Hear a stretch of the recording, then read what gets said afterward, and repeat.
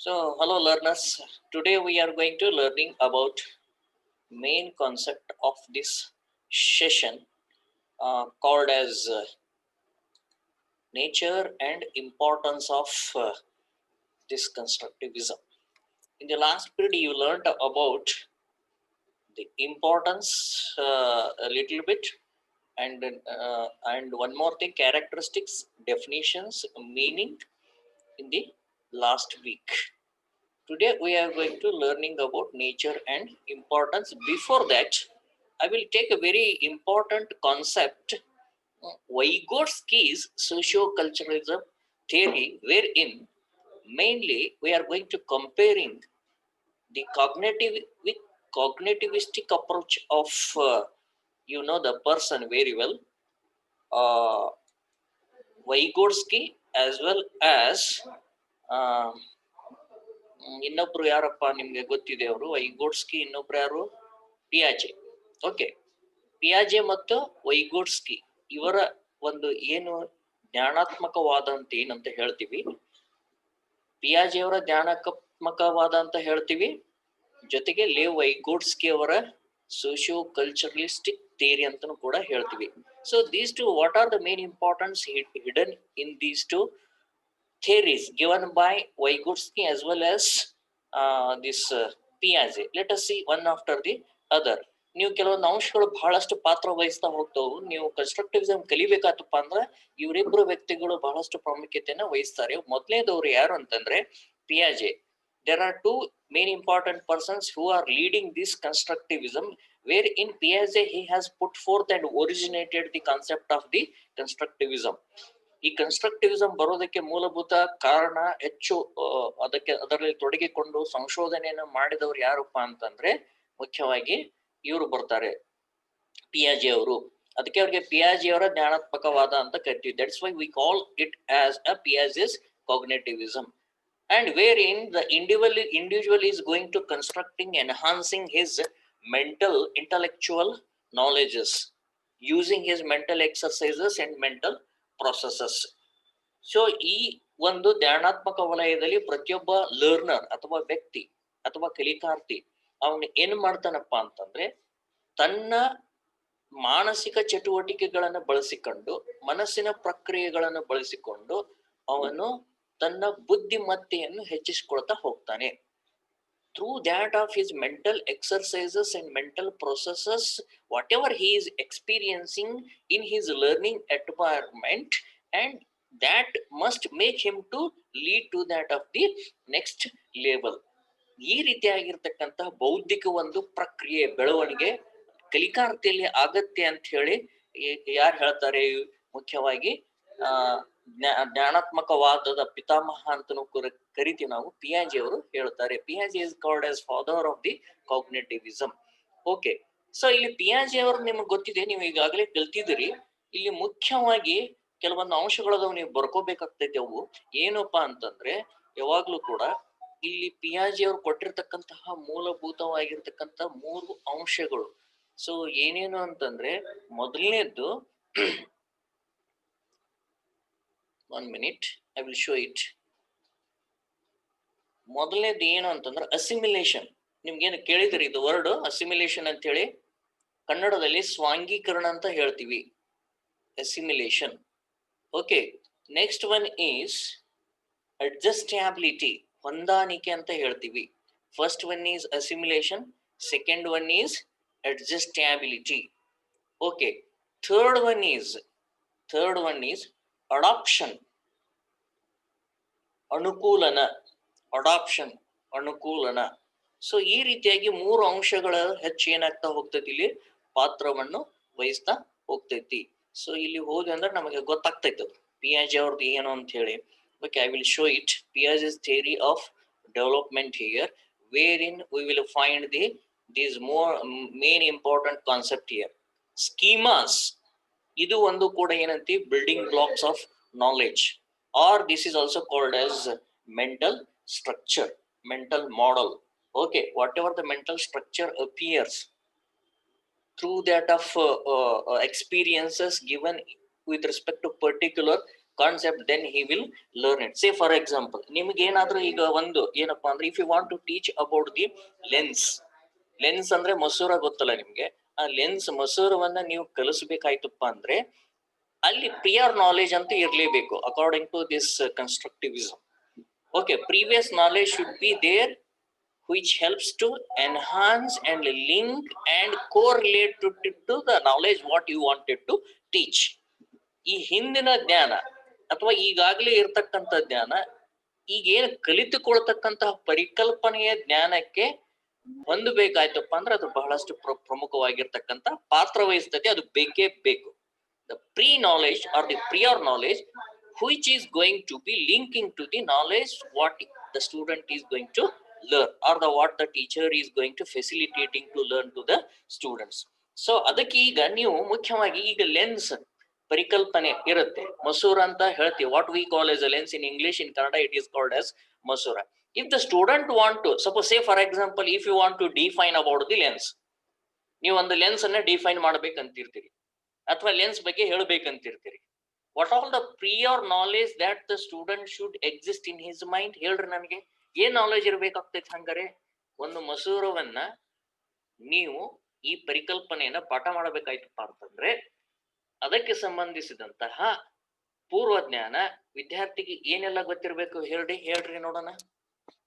Tell me now here, what all the things that you wanted to learn? ಏನ್ ಬೇಕಲ್ಲಿ?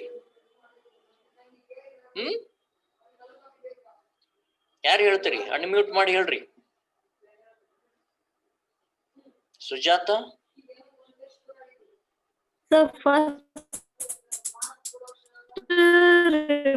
Reflection ಬಗ್ಗೆ ಹೇಳ್ತೀರಿ sir? ಏನ್ ಗೊತ್ತಿರುತ್ತೆ ವಿದ್ಯಾರ್ಥಿಗೆ?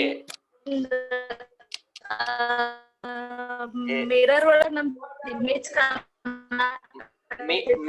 ಮೇನ್ ರಿಫ್ಲೆಕ್ಷನ್ ಬಗ್ಗೆ ತಗೊಂಡ ಆಮೇಲೆ ಮಿರರ್ಸ್ ಬಗ್ಗೆ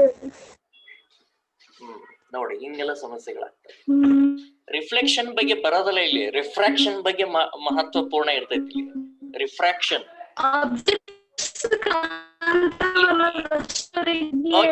okay unmute ಮಾಡ್ರಿ that the problem is there most probably in the communication, so that I am not accessing properly your voice. ಇಲ್ಲಿ ಸರ್ ನಮಗೆ ನೇರವಾಗಿ ಇಲ್ಲಿ ಏನ್ ಬೇಕಪ್ಪ ಅಂದ್ರೆ ಮಸೂರವನ್ನ ನೀವು ಪಾಠ ಮಾಡ್ಲಿಕ್ಕೆ ಹೊರಟ್ರಿ ಅಂದ್ರೆ whenever you wanted to teach the concept lens, there must be a prior knowledge. Without the prior knowledge, student won't learn the things which is connecting to the further or that of the little bit difficult concept in the hierarchy of the study. ಈಗ ಉನ್ನತ ಮಟ್ಟದ ಪರಿಕಲ್ಪನೆಗಳನ್ನ ಕಲಿಬೇಕಾಯ್ತಪ್ಪ ಅಂದ್ರೆ ಅಧ್ಯಯನ ಮಾಡ್ಬೇಕಂತಂದ್ರೆ ಕೆಳಗಿನ ಪರಿಕಲ್ಪನೆಗಳು ಬಹಳಷ್ಟು ಪಾತ್ರ ವಹಿಸ್ತಾ ಹೋಗ್ತಾವ. Say for example, lens is a glass, as you know it very well. Student knows about the glass. Through the glass, light will easily transmit and penetrate through it and comes out of from that of the other surface. ನಿಮಗಿದೆಲ್ಲ ಗೊತ್ತಿದೆ. Plane surface ಇರೋದು ಗೊತ್ತಿದೆ, curved surface ಇರೋದು glass ನಲ್ಲಿ ಗೊತ್ತಿದೆ. So this is enough to learn about the lens. Lens is nothing but the what? It is at least one curved transparent material through which light will pass through it. So this is enough. But then why we want the curved surfaces? That is most important. ಈಗ ನೀವು ಒಂದು glass ಅನ್ನ ಇನ್ನೊಂದು glass ನಲ್ಲಿ ತಂದ್ರಂದ್ರೆ ಅಲ್ಲಿನೂ light pass ಆಗುತ್ತೆ, ಇದರಲ್ಲಿನೂ light pass ಆಗುತ್ತೆ. Plane surface ತಗೊಂಡ್ರಂದ್ರೆ ಈಗ ಇನ್ನೊಂದು ಪ್ಲೇನ್ ಸರ್ಫೇಸ್ ಕೊಟ್ರಪ್ಪ ಅಂದ್ರೆ ಸ್ಟೂಡೆಂಟ್ ಈಸಿಯಾಗಿ ಏನ್ ಮಾಡ್ಬಿಡ್ತಾರೆ, ಅದನ್ನ ಐಡೆಂಟಿಫೈ ಮಾಡ್ಬಿಡ್ತಾರೆ. ಹೌದಾ? ಅವಾಗ ಏನ್ ಪ್ರಾಬ್ಲಮ್ ಅನ್ಸೋದಲ್ಲ ಅವಾಗ. Because the analogy will be same. If you are producing and giving more number of the such glasses, the student will easily understand that this is the glass through which light is passing through it and the surface of the glass is plane. Then why you want to use curved surface? What makes the curved surface whenever the light is passing through it? If the question you put forth, then the what happens, the way of thinking is going to changing. ನೀವು ತೋರಿಸ್ರಿ ಅವ್ರಿಗೆ glass ಒಳಗೆ ನೀವು ಏನ್ ಮಾಡಿದ್ರಿ, ಒಂದು ಕಿರಣವನ್ನು ಬಿಟ್ಟು ತೋರಿಸ್ರಿ. Lens ಒಳಗೆ ಬಿಟ್ಟು ತೋರಿಸ್ರಿ, ಅವಾಗ ಅಲ್ಲಿ ಏನಾಗ್ತೈತೆ, ಅವಾಗ the concept is going to be changing. ಹಂಗಾರೆ ಇದು ಗ್ಲಾಸ್ ಇದೆ, ಇದು ಗ್ಲಾಸ್ ಇದೆ, ಬಟ್ ಇಲ್ಲಿ ಏನಾಗ್ತಾ ಇದೆ, ಲೈಟ್ ಡೈವರ್ಟ್ ಆಗ್ತಾ ಇದೆ. It is moving towards or away from its original path. Understand my point? It is going to deviating whenever it is emerging out of the surfaces of the glass. So therefore, such materials are called as, at least the material made by glass, at least one surface should be curved. Such material is called as lens. ಈ ತರನಾಗಿ ಏನಾಗ್ತಾ ಹೋಗ್ತೈತಪ್ಪ ಅಂತಂದ್ರೆ, ಮೊದಲು assimilation ಆಗುತ್ತೆ, ಸ್ವಾಂಗೀಕರಣ. ಸ್ವಾಂಗೀಕರಣ ಅಂದ್ರೆ glass ಅಂದ್ರೆ ಏನ್ ಅನ್ನೋದು ವಿದ್ಯಾರ್ಥಿ ತಿಳ್ಕೊತಾರೆ, ಹೌದಾ? ಈಗ ನೀವು ಲೆನ್ಸ್ ಕೊಟ್ಟು ಕೂಡ ಅಲ್ಲಿನ ಗ್ಲಾಸ್ ಇರುತ್ತೆ, ಆದ್ರೆ ಅದು ರೇ ಆಫ್ ಲೈಟ್ ಏನಾಗಲ್ಲ, it will not travel in the straight line. There is no rectilinear propagation of light whenever it is passing through that of the glass medium. That is there in the glass medium, it is passing through it in a straight line. Ade lens ನಲ್ಲಿ ಬಂದ್ರೆ it will deviate from its original direction.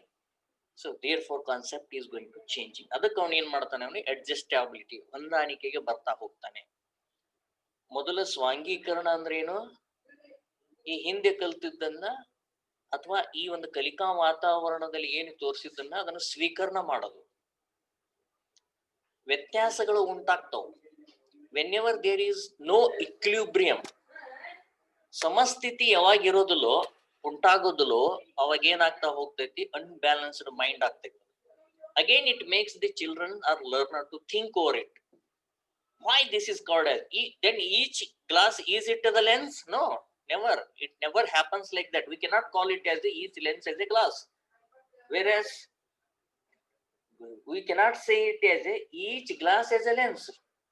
ಹೇಳಕ್ಕಾಗಲ್ಲ ನಿಮ್ಗೆ, glass ಅನ್ನ ನೀವು lens ಅಂತ ಹೇಳಕ್ಕಾಗಲ್ಲ. But lens can be called it as a glass because as it is a transparent model, it is also passing the light through it. But the thing is that it is going to changing its direction. ಈ ತರ ಕಾನ್ಸೆಪ್ಟ್ಗಳು ಏನಾಗ್ತಾ ಹೋಗ್ತಾವು, ಹೆಚ್ಚಾದಂತೆ ಬದಲಾದಂತೆ ಅವ್ ಹೊಂದಾಣಿಕೆಯು ಕೂಡ, ಹೊಂದಾಣಿಕೆ ಯಾವ ರೀತಿಯಾಗಿ ಆಗ್ತೈತಿದು, mental processes, mental activities. This type of the environment should be created by the teacher. Then last one is adoption. ಕೊನೆಯದಾಗಿ ವಿದ್ಯಾರ್ಥಿ ಏನ್ ಮಾಡ್ತಾನೆ, ಈ ತರ ಒಂದ್ 2-3 ಎಕ್ಸ್ಪೆರಿಮೆಂಟ್ ಮಾಡಿದ ನಂತರ ಅಥವಾ ಈ ತರ ಗೊತ್ತಾದ ನಂತರ he will fix it, the mind that this is the lens wherein it is made by the glass through which light is passing through it. It has one curved surface. So ಈ ರೀತಿಯಾಗಿ ಏನ್ ಮಾಡ್ಕೊಂಡ್ಬಿಡ್ತಾನ ಅವನು, ಅಡಾಪ್ಷನ್ಗೆ ಹೋಗ್ಬಿಡ್ತಾನೆ. So ಇದನ್ನ ನೀವು ತಿಳ್ಕೋಬಹುದು. Okay, so then 1 2 3 4 5. Okay, so ಈ ರೀತಿಯಾಗಿ ನೀವು ನೋಡಬಹುದಿಲ್ಲ. ಇದಕ್ಕೇನಂತ ಕರಿತೀವಿ, ಸ್ಕೀಮಾ ಅಂತ ಕರಿತೀವಿ. Schema, mental construction or mental models, ಆಕೃತಿ ಕಲ್ಪ ಅಂತಾನು ನೀವು ಕನ್ನಡದಲ್ಲಿ ತಿಳಿತಾ ಹೋಗ್ತೀರಿ, ಅಥವಾ ಮಾನಸಿಕ ಸಂರಚನೆ ಅಂತಾನು ಕೂಡ ಕರಿತೀರಿ, ಮಾನಸಿಕ ಮಾದರಿಗಳಂತನೂ ಕೂಡ ಏನ್ ಮಾಡ್ತೀವಿ, ಕರಿತೀರಿ. ಇದು ಹೇಗೆ ಉಂಟಾಗ್ತೈತಿ, how this mental schema will be originated through the process of assimilation, adjustability and adoption. The schema will be set up in the mind as it will fix in the learner's mind. So ಹೀಗಾಗಿ ಈ ಸ್ವಾಂಗೀಕರಣ, ಹೊಂದಾಣಿಕೆ ಮತ್ತು ಅನುಕೂಲನಗಳ ಪ್ರಕ್ರಿಯೆಗಳು ಏನದಾವ, ಇವೆಲ್ಲ ಬೌದ್ಧಿಕ ಪ್ರಕ್ರಿಯೆಗಳು. ಈ ಬೌದ್ಧಿಕ ಪ್ರಕ್ರಿಯೆಗಳ ಮೂಲಕವಾಗಿ ಸ್ಕೀಮಾ ಉಂಟಾಗ್ತೈತಿ, ಹೌದಾ? ಯಾವುದೋ ಒಂದು ಪರಿಕಲ್ಪನೆ ಉಂಟಾಗ್ತೈತಿ ಅಂದ್ರೆ ಅದೊಂದು ಸ್ಕೀಮಾ, ಹೌದಾ? ಮತ್ತೆ ಅಲ್ಲೇ ನೀವು ಇನ್ನೊಂದು ವ್ಯತ್ಯಾಸಗಳನ್ನ ಮಾಡ್ಲಿಕ್ಕೆ ಹೊರಟ್ರಂದ್ರೆ, ಯಾವುದು ಕಾನ್ವೆಕ್ಸ್ ಲೆನ್ಸು, ಕಾನ್ಕೇವ್ ಲೆನ್ಸು, ಪೀನ ಮಸೂರ ಮತ್ತು ನಿಮ್ನ ಮಸೂರವನ್ನ ನೀವು ವ್ಯತ್ಯಾಸ ಮಾಡ್ಲಿಕ್ಕೆ ಹೊರಟ್ರಪ್ಪ ಅಂತಂದ್ರೆ ಮತ್ತೆ ಏನಾಗ್ತೈತಿ, ಅಲ್ಲಿ ಅನ್ಇಕ್ವಿಲಿಬ್ರಿಯಂ ಆಗ್ತೈತಿ, ಸಮತೋಲನ ಸ್ಥಿತಿ ಏನಾಗ್ಬಿಡ್ತೈತಿ, ತಪ್ಪಿ ಬಿಡ್ತೈತಿ. ಅವಾಗ ಮತ್ತೆ ಏನಾಗ್ತೈತಿ, ಅಸಿಮಿಲೇಷನ್ ಇರುತ್ತೆ, ಮತ್ತೆ ಅಡ್ಜಸ್ಟಬಿಲಿಟಿ ಆಗುತ್ತೆ, ಮತ್ತೆ ಏನಾಗ್ತಾ ಹೋಗ್ತೈತೆ, ಕೊನೆಯದಾಗಿ ಅಡಾಪ್ಷನ್ ಆಗುತ್ತೆ, ಸ್ಕೀಮಾ ಚೇಂಜ್ ಆಗ್ಬಿಡುತ್ತೆ.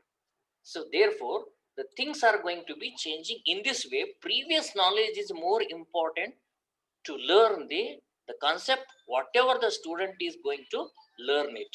ಓಕೆ, ಸೊ ಹೀಗಾಗಿ ನೀವು ಈ ಅಂಶಗಳನ್ನ ಬಹಳಷ್ಟು ಗಮನದಲ್ಲಿ ಇಟ್ಕೋಬೇಕಾಗ್ತೈತಿ. ಆದ್ರೆ ಇಲ್ಲಿ ಕಾಗ್ನೇಟಿವಿಸಮ್ ಅಲ್ಲಿ ಮುಖ್ಯವಾಗಿ ಬರ್ತಕ್ಕಂಥವ್ರು ಪಿಯಾಜೆ ಅವರು ಕೇವಲ ವ್ಯಕ್ತಿಗೆ ಮಾತ್ರ ಗಮನವನ್ನಿಟ್ಟುಕೊಂಡು ವ್ಯಕ್ತಿ ಲರ್ನರ್ ಒಬ್ಬರನ್ನೇ, ಕಲಿಕಾರ್ಥಿಯನ್ನು ಒಬ್ಬರನ್ನೇ ಮಾತ್ರ ಗಮನದಲ್ಲಿಟ್ಟುಕೊಂಡು ಏನ್ ಹೇಳಿದ್ದಾರೆ ಇವರು ಕನ್ಸ್ಟ್ರಕ್ಟಿವಿಸಮ್ ಅನ್ನ ಸ್ಟ್ರಕ್ಚರ್ ಮಾಡಿದ್ದಾರೆ. ಅವನ ಬೌದ್ಧಿಕತೆಯನ್ನು ಗಮನದಲ್ಲಿಟ್ಟುಕೊಂಡು the way of how he thinks, what are the mental exercises happens, how his intellectual power goes on increases through the mental exercises of the mind as a result of the facilitations given by the teacher. So these are the things to be considered here. So ಇವು ಬಹಳ ಮುಖ್ಯ ಆಗ್ತೈತಿ. So ಏನೇನ್ ತಿಳ್ಕೊಬೇಕಂದ್ರೆ ನೀವು ಇದರಲ್ಲಿ ಯಾವ್ದ್ರಲ್ಲಿ ಪಿಯಾಜೆ ಅವರ ಜ್ಞಾನಾತ್ಮಕ ವಲಯದಲ್ಲಿ ಒಂದು ಪ್ರಮುಖವಾಗಿರ್ತಕ್ಕಂಥ ಅಂಶಗಳು ಏನಂದ್ರೆ ಮೆಂಟಲ್ ಪ್ರೊಸೆಸ್ ನಲ್ಲಿ ಪ್ರಕ್ರಿಯೆಯಲ್ಲಿ ಸಿಮ್ಯುಲೇಷನ್ ಅಂದ್ರೆ ಸ್ವಾಂಗೀಕರಣ. ಸ್ವಾಂಗೀಕರಣ ಅಂದ್ರೆ ಏನು ಅಂತಂದ್ರೆ ಮೊಟ್ಟ ಮೊದಲನೇದಾಗಿ ನೀವು ಕಲಿಕೆಗೆ ಪೂರಕವಾಗಿರ್ತಕ್ಕಂಥ ಅಂಶಗಳು ಏನಿದಾವಲ್ಲಿ ವಾತಾವರಣದಲ್ಲಿ, ದಿಸ್ ಇಸ್ ಫಸ್ಟ್ ಥಿಂಗ್. ಆಮೇಲೆ ಅಂದ್ರೆ ಪೂರ್ವ ಜ್ಞಾನಕ್ಕೆ ಅದು ಹೊಂದುತ್ತಾ ಇದೆಯೋ ಇಲ್ವೋ, ಅದು ಹೊಂದಾಣಿಕೆ. ಅಲ್ಲಿ ಅನ್ಬ್ಯಾಲೆನ್ಸ್ಡ್ ಇದೆಯೋ ಅದು ಬ್ಯಾಲೆನ್ಸ್ಡ್ ಇದೆಯೋ. If the student learns and which is going to fit with or link with the further one, then so the adjustability is very easier. ಹೊಂದಾಣಿಕೆ ಸರಳ ಆಗ್ಬಿಡ್ತೈತಿ. ಹೊಂದಾಣಿಕೆ ಯಾವಾಗ ತಪ್ತೈತಿ? if the concept features are going to, learning features are going to changing, then the concept is also going to be changing. Say for example, if you want to teach about, ಈಗ ಮೊದಲು ನೀವು ಪಿನ ಮಸೂರವನ್ನ teach ಮಾಡಿರ್ತೀರಿ, ನಿಮ್ನ ಮಸೂರವನ್ನ teach ಮಾಡ್ಲಿಕ್ಕೆ ಹೊರಟ್ರಪ್ಪ ಅಂತಂದ್ರ ಅಲ್ಲಿ ಏನಾಗ್ತಾ ಹೋಗ್ತೈತಿ, ಇಲ್ಲಿ convergence of the light will be taken places. ಇಲ್ಲಿ convergence of the light will be taken places where the light is passing through that of the convex lens. ಪೀನ ಮಸೂರದಲ್ಲಿ ಬೆಳಕಿನ ಕಿರಣಗಳು ಸಂಚರಿಸಿ ಒಂದು ಪಾಯಿಂಟ್ ನಲ್ಲಿ ಕೇಂದ್ರೀಕರಣಗೊಳ್ಳುತ್ತವೆ, ಒಂದು ಬಿಂದುವಿನಲ್ಲಿ ಕೇಂದ್ರೀಕರಣಗೊಳ್ಳುತ್ತವೆ. ಇದು ಕಾನ್ಸೆಪ್ಟ್ ಎಲ್ಲಿರ್ತೈತಿ? ಕಾನ್ವೆಕ್ಸ್ ಲೆನ್ಸ್ ಇರ್ತೈತಿ. ಅದನ್ನೇ ನೀವು ಇನ್ನೊಂದು ವಾತಾವರಣವನ್ನು ಸೃಷ್ಟಿ ಮಾಡಿ ಕಾನ್ಕೇವ್ ಲೆನ್ಸ್ ಮೂಲಕವಾಗಿ ನೀವು ಏನು ಈ ಕಿರಣಗಳನ್ನ ಪಾಸ್ ಮಾಡಿದ್ರೆ ಅಂದ್ರೆ, ವಿದ್ಯಾರ್ಥಿಗಳಿಗೆ ತೋರಿಸಿದ್ರೆ ಅಂದ್ರೆ, ಅವಾಗ ಏನಾಗ್ಬಿಡ್ತೈತೆ ಅವನು, so there is no equilibrium, there is no status of equilibrium in their mind. ಅವ್ರಿಗೆ ಏನಾಗ್ಬಿಡ್ತೈತಿ, ಒಂಥರ ಇಂಬ್ಯಾಲೆನ್ಸ್ ಆಗ್ತೈತಿ thinking. he will think further, the student will be allowed to think further what happens to it. Here also curved surface is there, in this case also curved surface is there, but the curved surface is outward in case of the convex lens. Convex lens nalli curved surface outward irutte, concave lens nalli curved surface ಏನಿರುತ್ತೆ, inward irutte, ಒಳಗಡೆ ಬಂದಿರ್ತದೆ. because of that reason it is going to be diverging. So ಹೀಗಾಗಿ ಒಂದು ಕಡೆ ಸ್ವಾಂಗೀಕರಣ, ಇನ್ನೊಂದು ಕಡೆ ಹೊಂದಾಣಿಕೆ, ತದನಂತರದಲ್ಲಿ ಅಡಾಪ್ಷನ್ ಅಂದ್ರೆ ಅನುಕೂಲನ. ಎಲ್ಲೆಲ್ಲಿ ಬೇಕು ಅಲ್ಲೆಲ್ಲಿ ಏನ್ ಮಾಡ್ಕೋಬಹುದು, ಅವನು ಬಳಕೆಯನ್ನ ಮಾಡ್ಕೋಬಹುದು. ಈ ರೀತಿಯಾಗಿ ಮೆಂಟಲ್ ಪ್ರೊಸೆಸಸ್ ಮೈಂಡ್ ನಲ್ಲಿ ಏನ್ ಮೂಡುತ್ತೆ ಅಲ್ಲ, ಆ ಪರಿಕಲ್ಪನೆಗೆ ಏನಂತ ಹೇಳ್ತೀವಿ? ಸ್ಕೀಮಾ, ಆಕೃತಿಕಲ್ಪ, ಮಾನಸಿಕ ಮಾದರಿ, ಮಾನಸಿಕ ಸಂರಚನೆ ಅಂತ ಹೇಳ್ತೀವಿ. ಪ್ಲೂರಲ್ ವರ್ಡ್, ಬಹುವಚನ ಸ್ಕಿಮ್ಯಾಟಾಸ್ ಅಂತ ಕರಿತೀವಿ, ಅಥವಾ ನೀವು ಕನ್ನಡದಲ್ಲಿ ಸ್ಕೀಮಾಗಳಂತ ಕರಿತೀವಿ. This is the main aspect of the constructivism. ಇದು ನೀವು ತಿಳ್ಕೊಳ್ಳೇಬೇಕು. ಕನ್ಸ್ಟ್ರಕ್ಟಿವಿಸಮ್ಗೆ ಮೂಲ ಇದೆ. ಇನ್ನು ಎರಡನೇದು ZPD. ಇಲ್ಲಿಗೆ ಬರೋಣ. ZPD ಅಂದ್ರೆ zone of proximal distance. So ಇದನ್ನ ಯಾರು ಕೊಟ್ಟಿದ್ದಾರೆ ಅಂದ್ರೆ, ಮುಖ್ಯವಾಗಿ ಕೊಟ್ಟಿರ್ತಕ್ಕಂಥವ್ರು ಯಾರಾದ್ರೂ ಹೇಳ್ತೀರಿ? ನಾನು ಹೇಳಿದ್ದೀನಿ ಮುಂಚೆನೆ.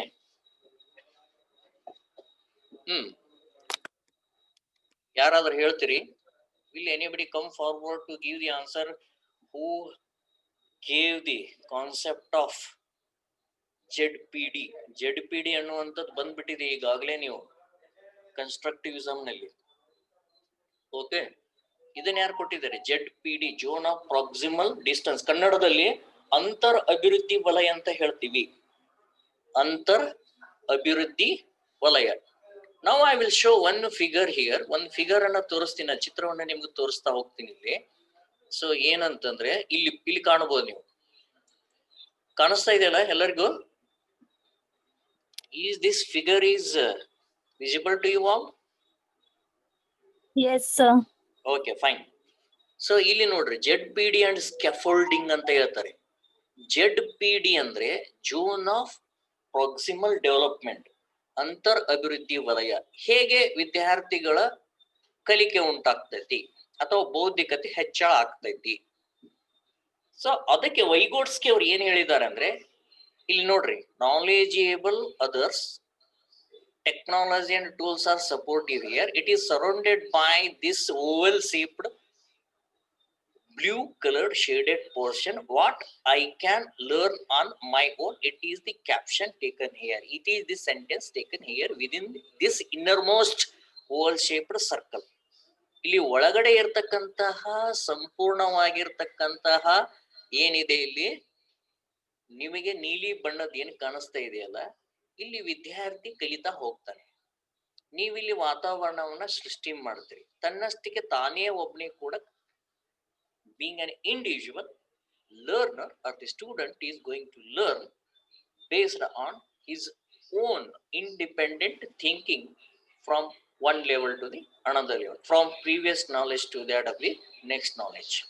So this is there. But Vygotsky gives the social constructivism, whereas Piaget gave about the individual constructivism. ಅಲ್ಲಿ ಒಬ್ಬನೇ ಒಬ್ಬ ವ್ಯಕ್ತಿಯ ಬಗ್ಗೆ ಮಾತ್ರ ಪಿಯಾಜೆ ಅವರು ಹೇಳಿದ್ರು, ಜ್ಞಾನಾತ್ಮಕ ವಲಯ ಹೇಗಾಗ್ತೈತಿ, ಬೌದ್ಧಿಕತೆ ಹೆಚ್ಚಳ ಹೇಗಾಗ್ತೈತಿ ಅಂತ ಹೇಳಿ, ಏನೇನು ಪ್ರೊಸೆಸ್ಗಳಿದಾವೆ ಅಂತ ಹೇಳಿ, ಸ್ಕೀಮಾ ಹೇಗ್ ಉಂಟಾಗ್ತೈತಿ ಅಂತ ಹೇಳಿದ್ರು. ಇವ್ರು ಏನ್ ಹೇಳ್ತಾರೆ, he is focusing mainly on social constructivism, wherein social interactions will be taken place among the learners. The teacher role here is the scaffolding. The teacher has to create the scaffolding. Scaffolding means any footboard, ಒಂದು ಜಗಲಿ ಅಂತಾನೆ ಹೇಳ್ರಿ. ನೀವು ಕಲಿಕಾ ವಾತಾವರಣವನ್ನ ನೀವ್ ಏನ್ ಮಾಡ್ಬೇಕಲ್ಲಿ, teacher ಆದವರು ನಿರ್ಮಾಣ ಮಾಡ್ಬೇಕು. ಹಾಗಾದ್ರೆ ಹೇಗಿರ್ಬೇಕು ಸ್ಟೂಡೆಂಟ್, ಎಲ್ಲಿ ಕಲಿಬೇಕು? he should learn amidst of the social environment, cultural environment. That cultural or the social or summation of these two social cultural environment has to be created by the teacher. It is the sole responsibility of the teacher. ಹೌದಾ? ಇಲ್ಲಿ ಶಿಕ್ಷಕರು ಏನ್ ಮಾಡ್ಬೇಕಾಗ್ತೈತಿ, ಸಾಮಾಜಿಕ ವಾತಾವರಣ, ಸಾಂಸ್ಕೃತಿಕ ವಾತಾವರಣ. ಈಗ ನೋಡ್ರಿ, ಉದಾಹರಣೆಗೆ ನೀವು ನೋಡ್ಬೋದು, especially the Indian scenario is quite diversified, as the each classroom is the mixture of Hindus, Muslims, Christians, Jainisms, Buddhist etcetera and etcetera. ಅವ್ರು ಯಾರ್ಯಾರ ಕಲ್ಚರ್ನು ಅವ್ರದ್ದು ಚೇಂಜೇ ಇರ್ತೈತಿ. ಹೌದಾ? ಈ ಕಲ್ಚರಲಿಸಮ್ನು ಕೂಡ ಚೇಂಜ್ ಇರ್ತೈತಿ. ಸೊ ಇಂಥ ಸಂದರ್ಭದಲ್ಲಿ ಎಲ್ಲಾ ವ್ಯಕ್ತಿಗಳನ್ನು ಕೂಡ ಏನ್ ಮಾಡಬಹುದು, ನಾವು ಗಮನಿಸಬಹುದು. ಓಕೆ, ಯಾರೋ ಮಾತಾಡ್ತಾ ಇದ್ರ. Basanal sir, doctor Basanal,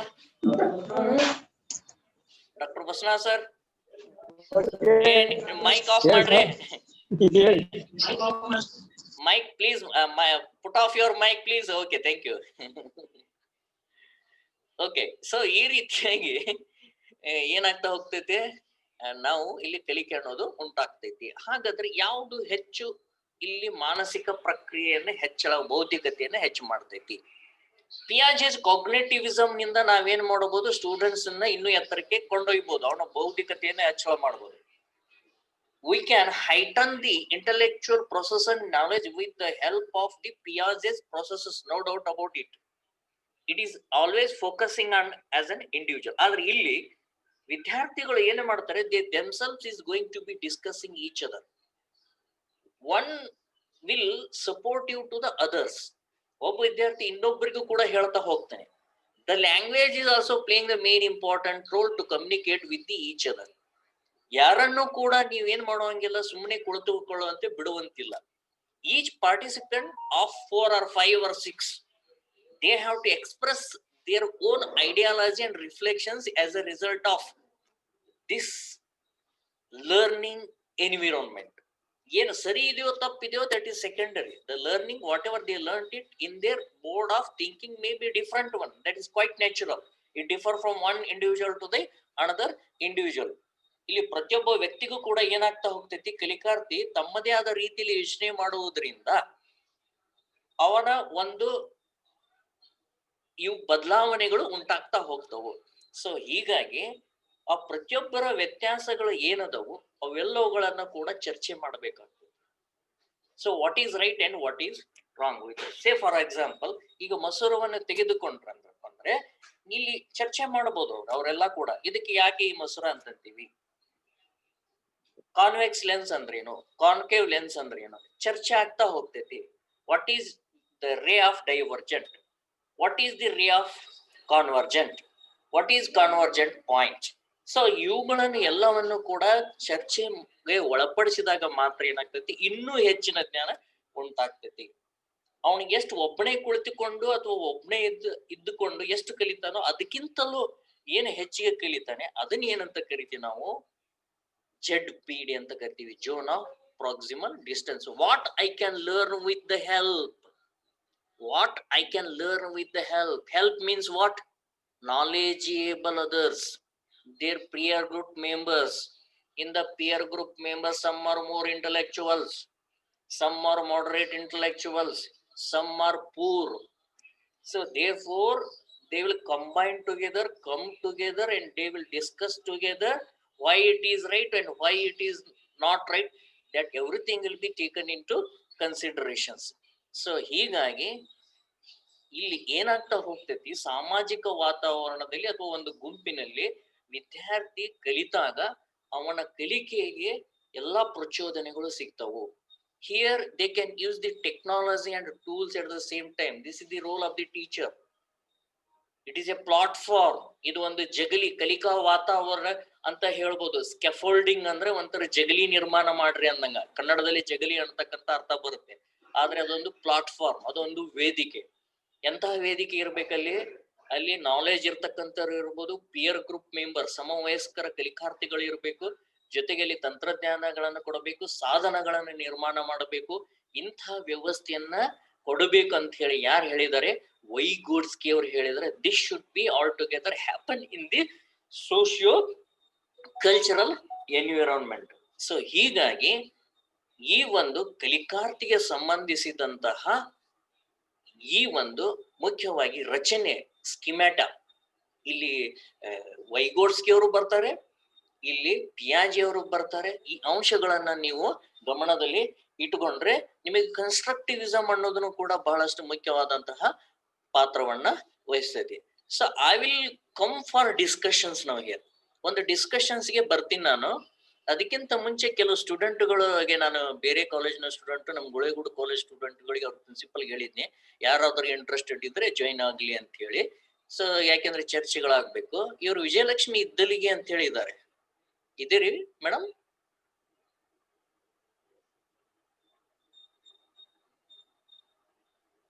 hello,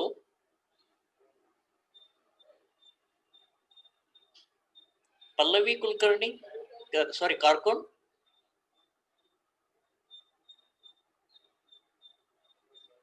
I request Pallavi Karkon to please unmute your mic and you can speak with me. Pallavi Karkon avare, Vijayalakshmi Iddilige avare,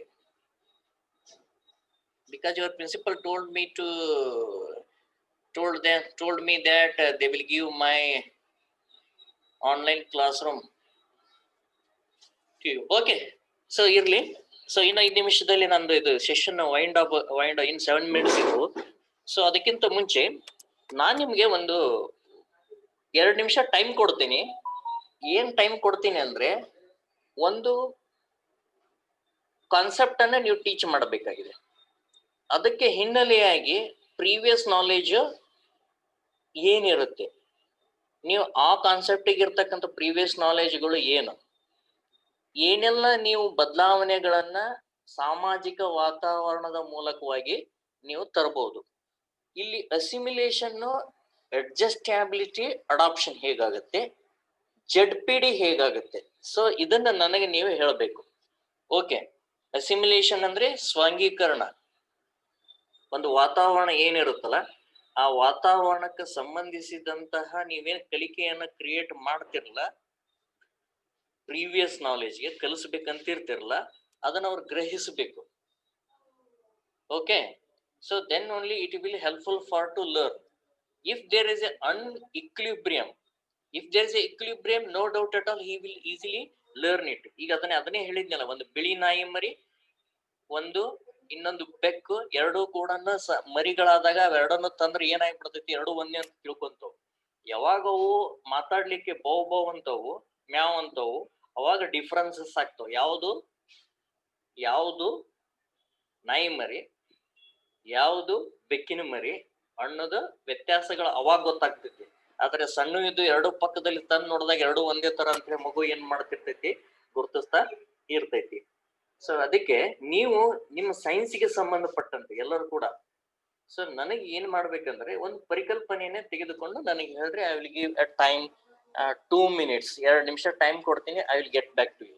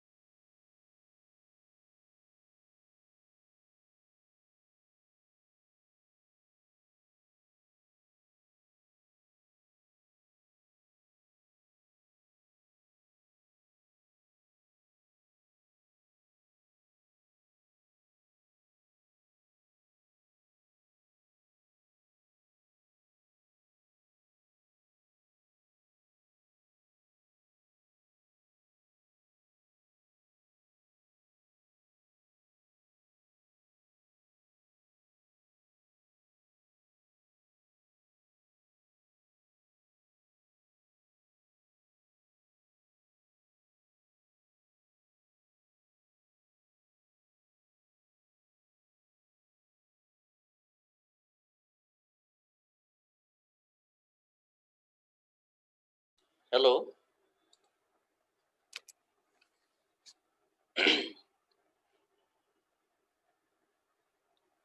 hello.